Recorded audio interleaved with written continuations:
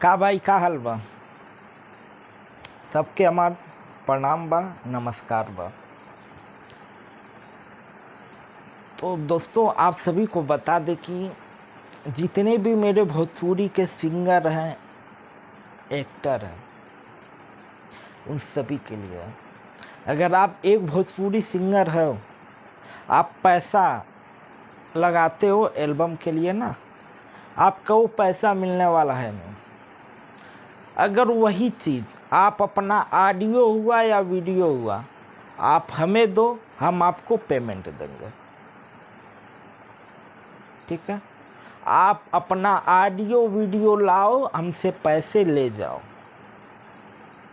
Video में आपको number दिख रहा है, इस नंबर पे आप ओनली व्हाट्सएप करो। आप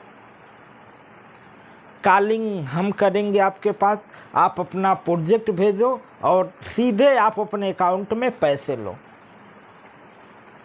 तो टेंशन नहीं, आप अपना ऑडियो वीडियो लाओ, पैसे लेके जाओ और फिर उसे पब्लिसिटी हम करेंगे अपने तरीके से।